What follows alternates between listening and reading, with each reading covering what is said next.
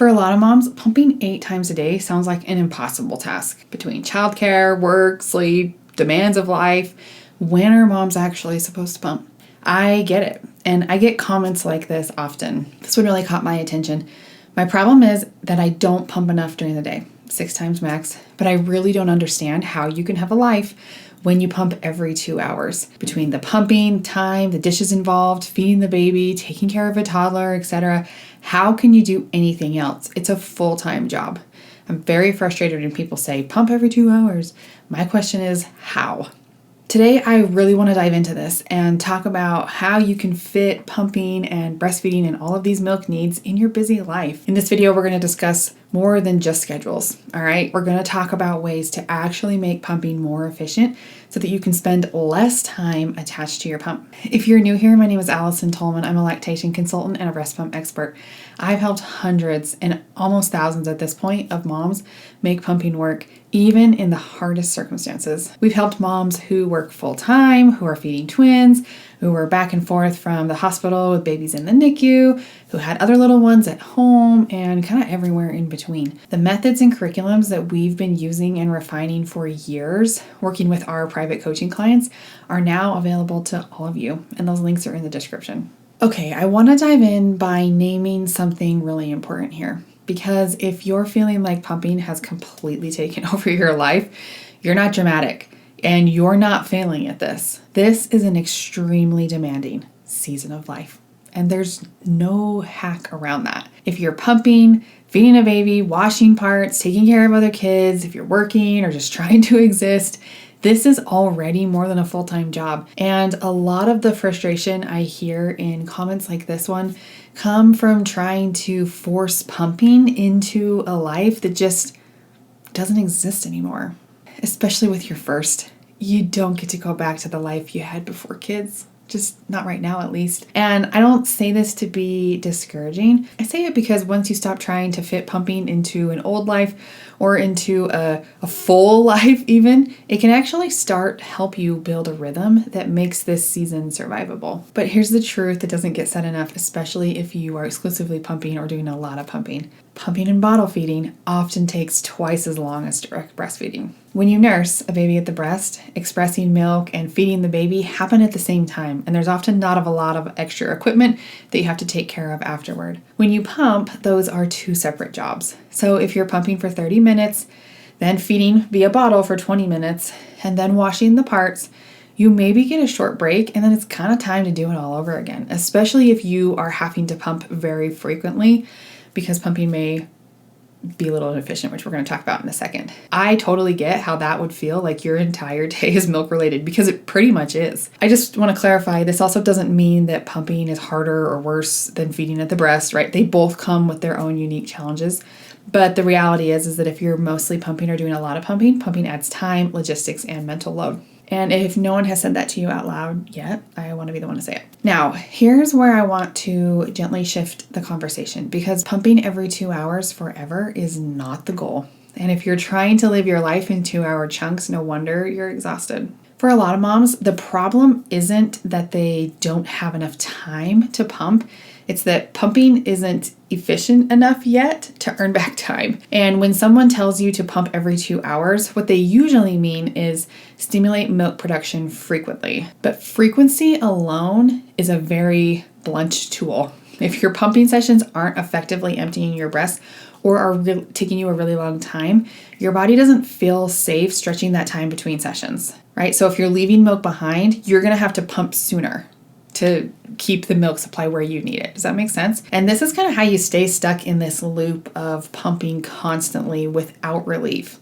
And that's the part most people never explain. Learning how to pump more efficiently can do 2 really important things at the same time. Okay, it can help you go longer between pumping sessions, which is giving you more time to live a life. And it can also help you shorten your pumping sessions overall. So instead of sitting down for 30 or 40 minutes every time, you can often reduce that to 20 to 25 minutes. Just to show you what's possible here, I pulled some real life examples from students in our courses. One mom said, I used to pump 7 or 8 times a day and was just exhausted. With the structure from these courses, I gradually shifted down to 5 sessions and my output didn't budge.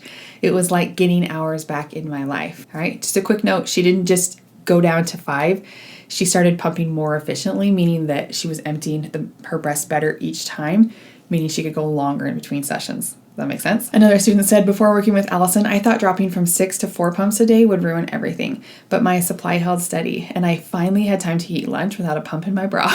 And again, we work a lot with working moms, so we get to work with them a lot, and pumping the most milk in the least amount of time is really the goal of all of our business here at New Little Life. Another one said, I thought I could never get to 3 pumps a day without supplementing, but here I am, baby thriving, and I'm actually enjoying my evenings again. Again, this was probably a working mom who was also nursing a little bit on top of that, but I was so proud of her. Another one said, I didn't realize how much my old schedule was ruining my life. After making a few small changes, I suddenly had space to breathe. It's not perfect, but it's manageable, and that's everything right now. Another one said, I didn't realize how much mental space pumping was taking up until I had a routine that actually worked. I stopped dreading the next session and finally felt like I could exhale.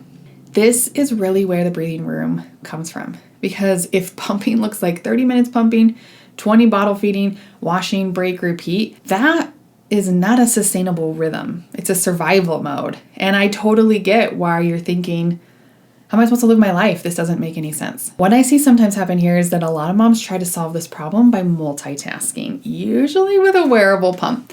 And wearables absolutely have a place. In fact, since we work with a lot of working moms, we use wearables often. They can totally manage your milk supply if you use them correctly, and they can be a great part of your routine. But I want to be very honest here, because this is kind of like a soapbox that I will die on. Multitasking while pumping is my last resort option. All right. When you're constantly doing things while pumping, a few things tend to happen. You're more mentally depleted. You're more likely to miss letdowns and leave milk behind. And very often, milk output drops, which then makes you feel like you need to pump more often or for longer. This is not freedom. That's burnout with a pump attached. You don't have to do everything. And you don't have to do everything while you're pumping. There's so many aspects to this. Really, it's, pumping efficiently and getting the milk out in a reasonable amount of time.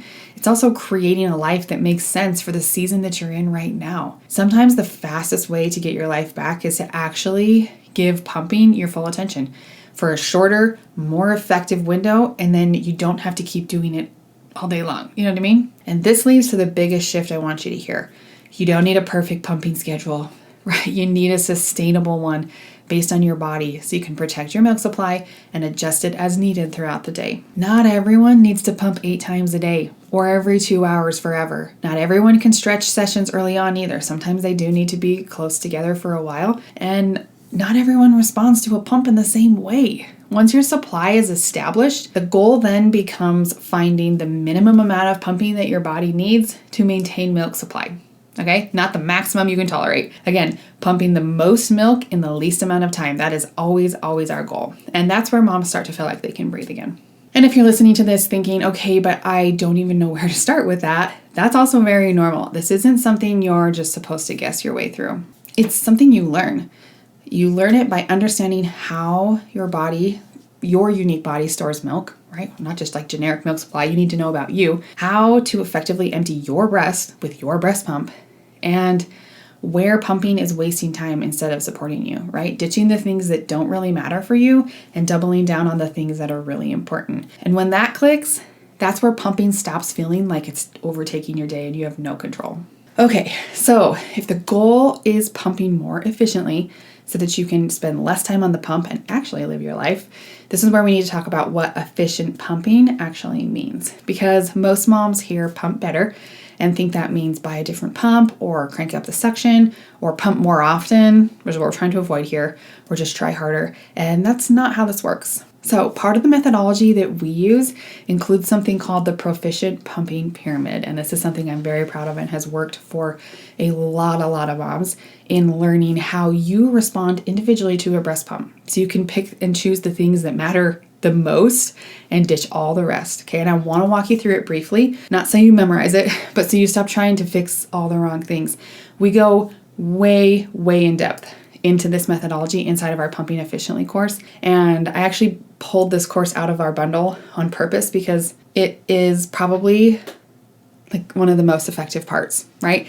And it is the piece that if you can master, you can find more control in your journey. I also really like the milk supply course that's paired with. If that's in your budget, we'd love both of them are very, very helpful. But if nothing else, start here. Okay, at the base of the pyramid is frequency. Not aggressive frequency, not pumping every 2 hours forever, but the appropriate frequency for your body and the stage of lactation that you're in and how much milk your breast can hold. Early on, yes, pumping, nursing often really matters. But later, if you're pumping constantly and getting no relief, that's usually a sign that something higher up in the pyramid needs attention. Usually when we start fixing the other layers of the pyramid, moms realize that they can cut back on their schedule, both in the frequency and the length of sessions. The next layer in the pyramid is flange fit, and this one matters more than people realize, not just for comfort, but for speed. And there's a reason this is the second thing that we address, because it also affects so many of the things on top of it. When flanges fit well, milk comes out faster and more completely. When they don't, sessions drag on and you often leave milk behind because letdowns get harder to achieve. And that's when you're stuck pumping longer than you should be. We actually teach you how to do self-flange sizing so that you can learn that skill yourself. You're probably going to need it more than once, and knowing how to evaluate your own needs and rely on your own expertise instead of asking multiple professionals and getting multiple answers will leave you feeling empowered and give you more control in the end. Now, above that in the pyramid, and this is where most of the inefficiency lives, is in letdowns. All right, maximizing your letdowns. This is huge because if you're only getting one letdown per pumping session, I can guarantee that there is milk left behind. And when milk is left behind, your body doesn't feel safe spreading the expressions out. And there's just not enough room to make more milk. This is how you end up having to pump more frequently, because the breast isn't being well drained. It's not because your supply is fragile or not enough. Most moms I work with think that they're pumping until empty. I would say the vast majority of them are not. And once they learn these techniques, they're like, wow, there was way more milk in there. My supply is actually way better than I thought. And now I can start adjusting my schedule in a way that makes way more sense to me. Above that layer in the pyramid is pump settings, cycle speed, suction levels, and not just finding I don't have a secret sauce that I just can share on the screen here for you. Knowing when to change them, knowing what not to do, figuring out what works best for your body is the key here. There's no universal best settings. Efficient pumping means your settings match your body and your letdown patterns, not what the internet said to do, right? Next comes pumping techniques. There's so many techniques to help a robot breast pump feel more like a human and closer to the biological norm. Hands-on pumping, breast compressions, we do some hand expression in there as well. Again, it's not about doing more, but it's about helping the pump do what it can't on its own, right? A pump is not a baby. It's a robot, and you need to tell it what to do. You also need to help it along, and sometimes it needs a little help. Some moms find that they can do no techniques. Some find that they need a lot. There's also tools that can help you do these more efficiently when you find the one that works for you. Again, we cover all that in the course. And then wrapping around all of this, the very top layer of the pyramid, whether people like it or not, is the mental and emotional aspects of pumping. Feeling rushed, trying to multitask every session, watching the clock, your stress hormones, lack of sleep, all of these things really affect the ability to make and release milk. This little piece is often ignored, and often the piece that moms push back with me the most. And some people are more sensitive to this than others, but getting your hormones and your body and your mind and your spirit in this as well is not just woo-woo.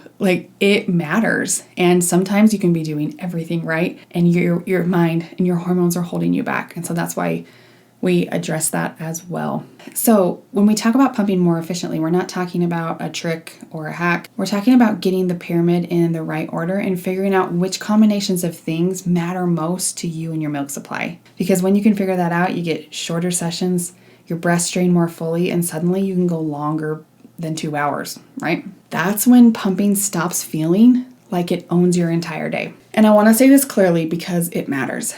If pumping every 2 hours feels impossible, that does not mean that you're failing. It usually means that your pumping skills haven't been optimized yet, and that's a learnable problem. Pumping doesn't have to control your life, and you definitely don't need to live attached to a pump to be a good mom. There's a better, more manageable way to feed your baby, and if it feels like you're always pumping and never living, you're not alone. Many moms have been there too. I've been there too with you. This part of motherhood and life is challenging in so many ways. And feeling overwhelmed and frustrated here is not a sign of failure. It's a sign that something needs to shift. Not in you, but in the plan. You deserve a pumping rhythm that supports your goals and gives you breathing room. It's possible to protect your milk supply without being attached to your pump all day. Small, intentional changes can give you hours back and sometimes even your peace. You're not behind. You're just in the middle of figuring out what works for you. And that's a smart, strong place to be. If you need any help, again, there's many resources in the description for you. I would love to hear any aha moments you had from this video, any things that clicked in your brain as you were watching. You can leave me a comment, but I would love to also interact with you inside of our courses. Comments are on in there. Happy to respond and help you get going. You can do this. I'm here to help how I can. All right, as always, happy pumping.